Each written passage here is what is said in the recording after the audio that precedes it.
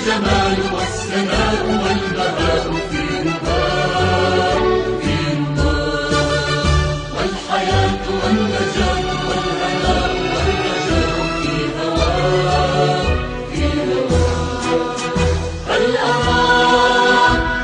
أرى سالما منعما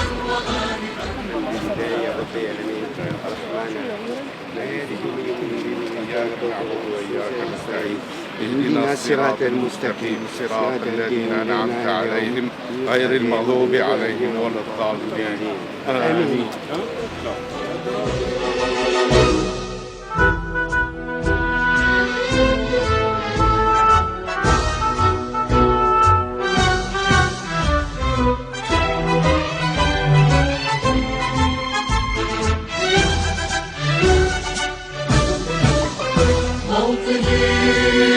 موطني الشباب لن يكل همه أن يستقل أو يميل نستقيم إلى الردى ولن نكون للعبيد لا نريد ذلنا المعبدا وعيشنا المنكدا كلنا المعبدا وعيشنا المنكدا لا نريد بل نعيد مجدنا التالي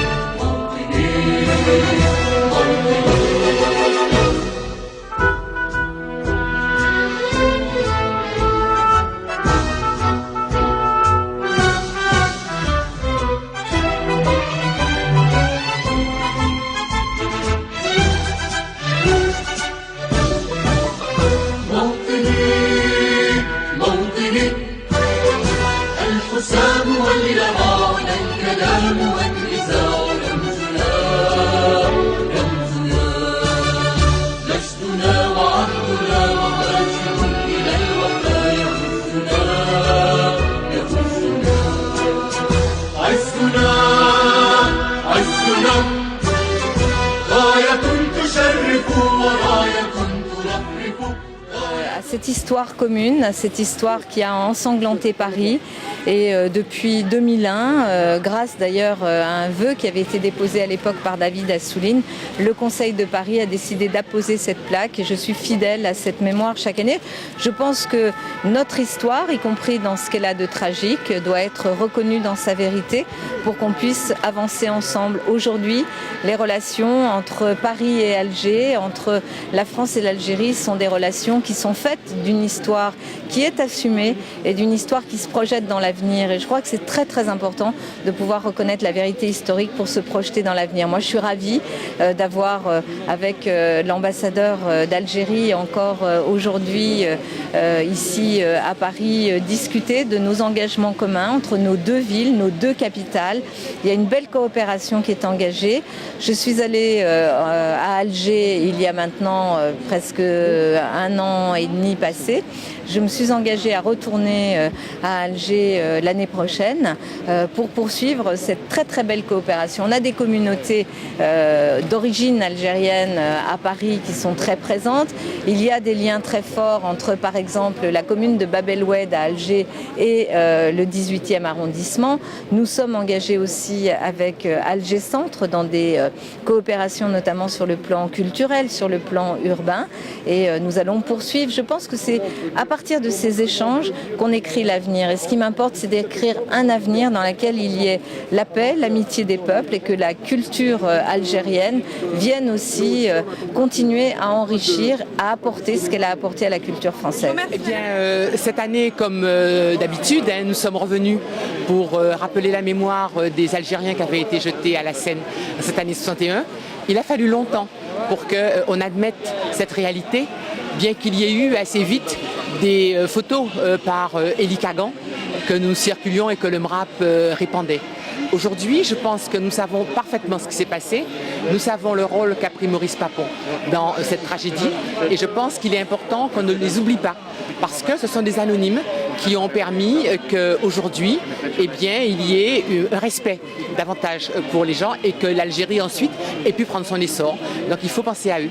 Alors, juste concernant le dossier de la reconnaissance, où on est à l'époque du président François Hollande, quand on est sur ce dossier à présent.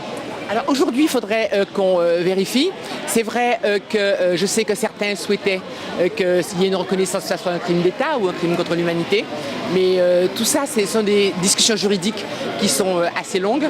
Par ailleurs, vous savez qu'il y a tout un débat sur les crimes contre l'humanité qui consiste à dire que ne sont en quelque sorte de vrais crimes contre l'humanité que ceux qui répondent aux caractéristiques du tribunal de Nuremberg. Donc, en toute hypothèse, ce sera un débat juridique assez ardu, mais je pense que le fait de le mener, ça permet aussi de rappeler au maximum de gens ce qui s'est passé. Et donc, il faut continuer à discuter autour de cette tragédie pour faire reconnaître à tout un chacun sa gravité. Je pense... Ah oui, tout à fait. Je pense que ce souvenir, il faut le faire. Bon, à l'occasion, quand on avait eu le procès Papon, avec le MRAP, on avait rappelé qu'il avait bien entendu organisé la déportation de milliers de Juifs, mais qu'il avait aussi été aux manettes quand les Algériens avaient été jetés dans la Seine. Donc il faut rappeler cette mémoire.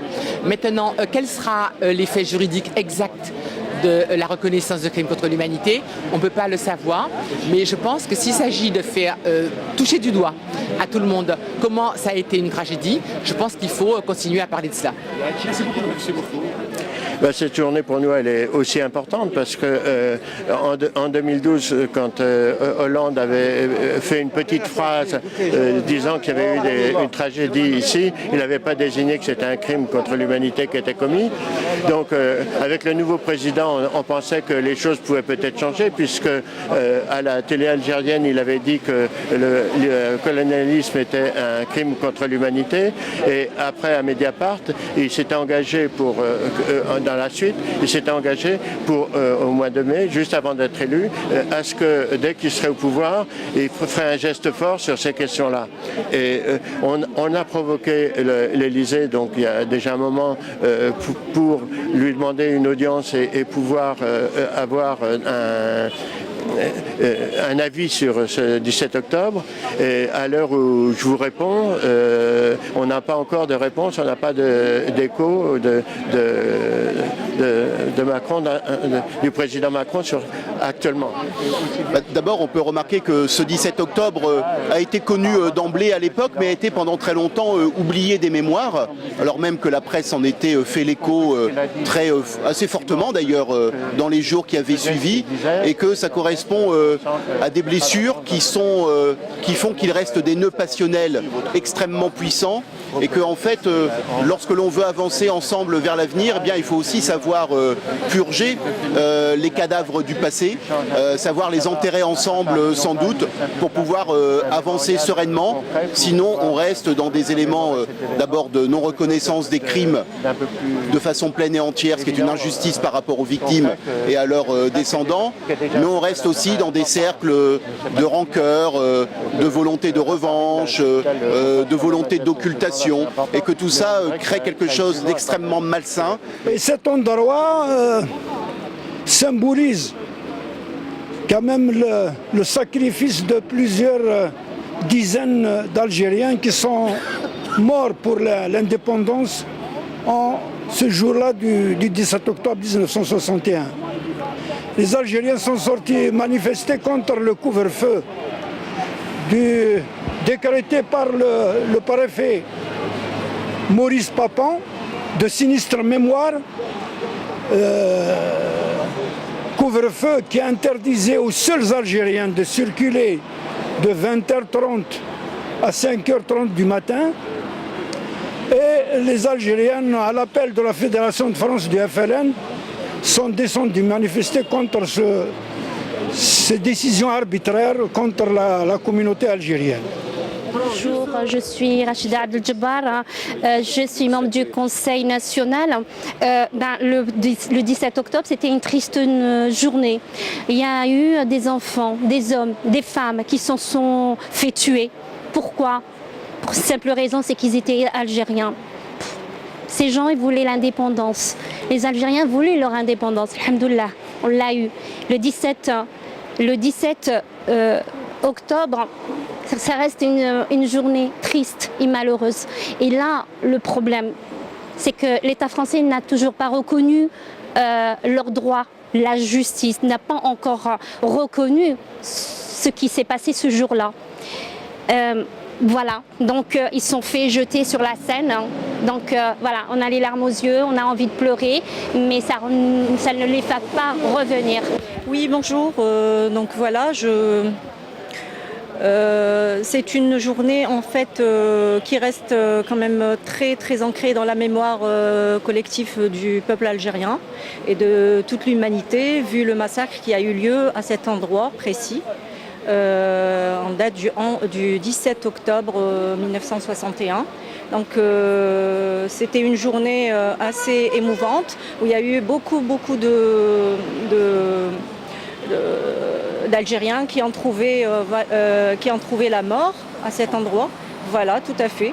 Et voilà, aujourd'hui on est là, on est venu en masse, présent ici au niveau de la scène afin justement de rendre hommage à ces martyrs. Et pour dire que voilà, l'Algérie est toujours debout de par ses citoyens, de par son gouvernement et de par son identité et son passé et son présent.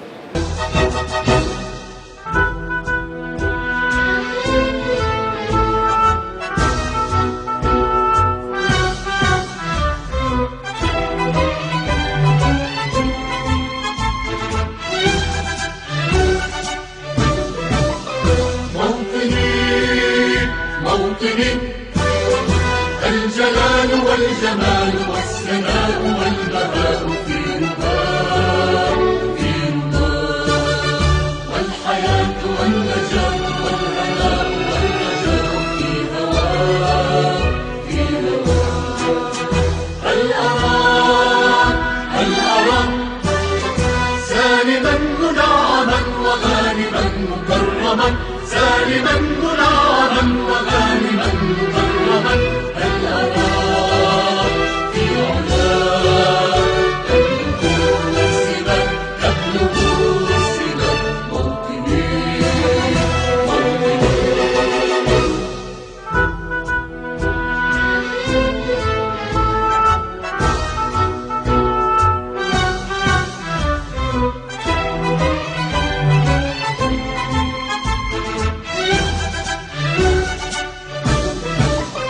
موطني موطني الشباب لن يكل همه أن يستقيل